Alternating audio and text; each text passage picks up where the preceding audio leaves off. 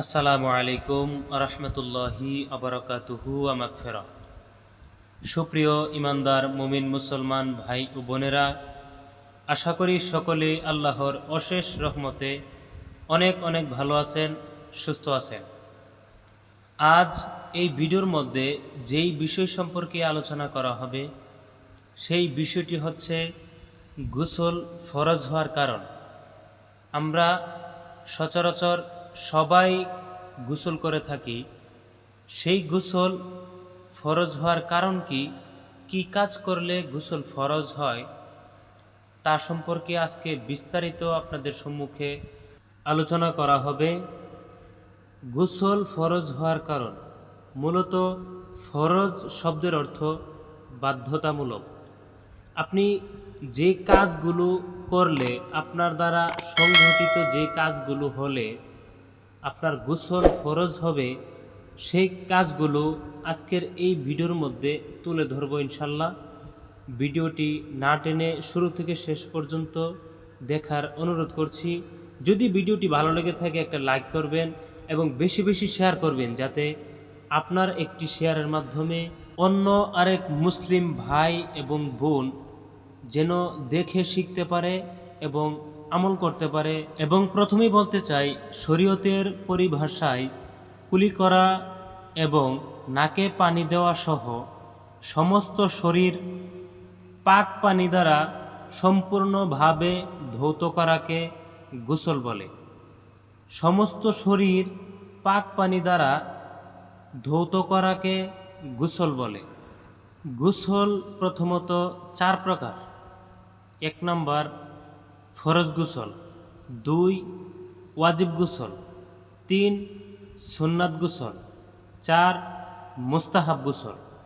আজ যেই বিষয় সম্পর্কে আলোচনা করা হবে সেই বিষয়টি হচ্ছে ফরজ গোসল।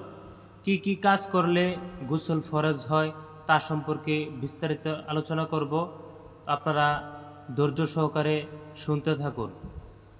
1, কামভাবে বীর্য বের হলে।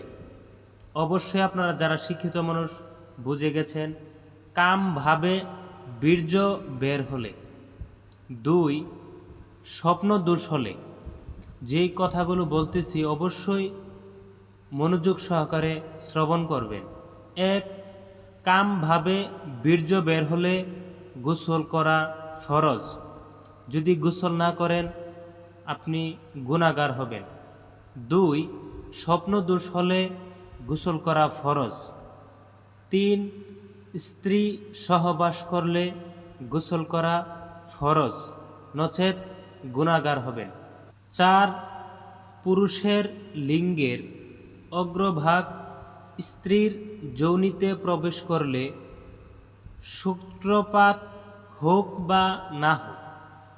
আমি আবারও বলছি, পুরুষের লিঙ্গের অগ্রভাগ স্ত্রীর যোনিতে প্রবেশ করলে গোসল করা ফরজ, সূত্রপাত হোক বা না হোক।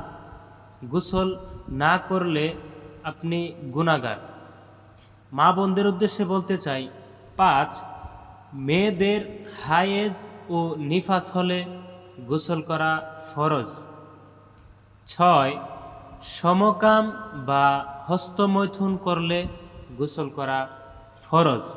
অবশ্যই যুবক ভাই বোন আপনারা ভিডিওটি দেখে শিখে নেবেন। সমকাম বা হস্তমৈথুন করলে গোসল করা ফরজ, নচেত গুনাহগার হবেন। আজ ভিডিও এ পর্যন্তই। সকলে সুস্থ থাকবেন, ভালো থাকবেন। আসসালামু আলাইকুম ওয়া রাহমাতুল্লাহি ওয়া বারাকাতুহু।